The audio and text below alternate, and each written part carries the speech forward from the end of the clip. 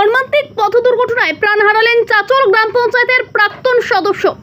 উত্তরবঙ্গ রাষ্ট্রীয় পরিবহন চাচল বাস ডিপোর সামনে 31 নম্বর জাতীয় সড়কের উপরে বৃহস্পতিবার রাতের ঘটনা।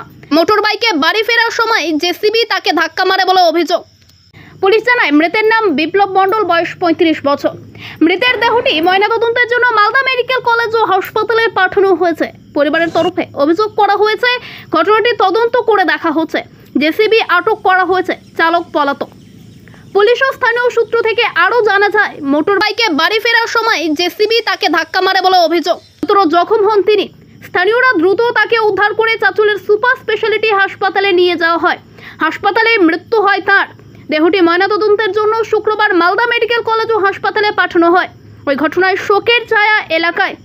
বিপ্লববাবু রাজনীতির সঙ্গে যুক্ত ছিলেন, এলাকায় যথেষ্ট জনপ্রিয় ছিলেন তিনি। বাড়িতে তার স্ত্রী ও কন্যা সন্তান রয়েছে। তার বন্ধু তথা চাচল গ্রাম পঞ্চায়েতের সদস্য অমিতেশ পাণ্ডে বলেন, বড় অসময়ে চলে গেল। ময়নাতদন্তের পর শুক্রবার বিকেলে বিপ্লববাবুর পার্থিব দেহ তাঁর চাচল থানা পাড়ার বাসভবনে নিয়ে আসা হয়। বিধায়ক নিহার রঞ্জন ঘোষ বিপ্লববাবুর বাড়িতে ছুটে যান।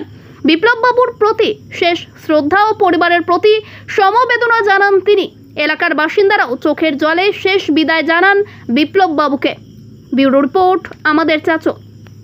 ওই মুহূর্তে আমার ছোটবেলার বন্ধু বিপ্লব ওদিক দিয়ে আসছিল, পিছনে ওর একটা বাচ্চাও ছিল। এসে ওখানে যা শুনতে, আমরা যখন গিয়ে দেখলাম ও রক্তাক্ত অবস্থায় আছে। জেসিবিটা ওখানে ফেলে জেসিবি ড্রাইভার পালিয়ে গেছে। কিছু ট্রাক্টরও দাঁড়িয়েছিল। আমরা তখন ওখান থেকে নিয়ে কোনো মতো হসপিটালে আসি এবং হসপিটালে এসে ও মারা যায়। তাদের বন্ধু মারা গেছে। আমরা রাত থেকে এখানে আছি।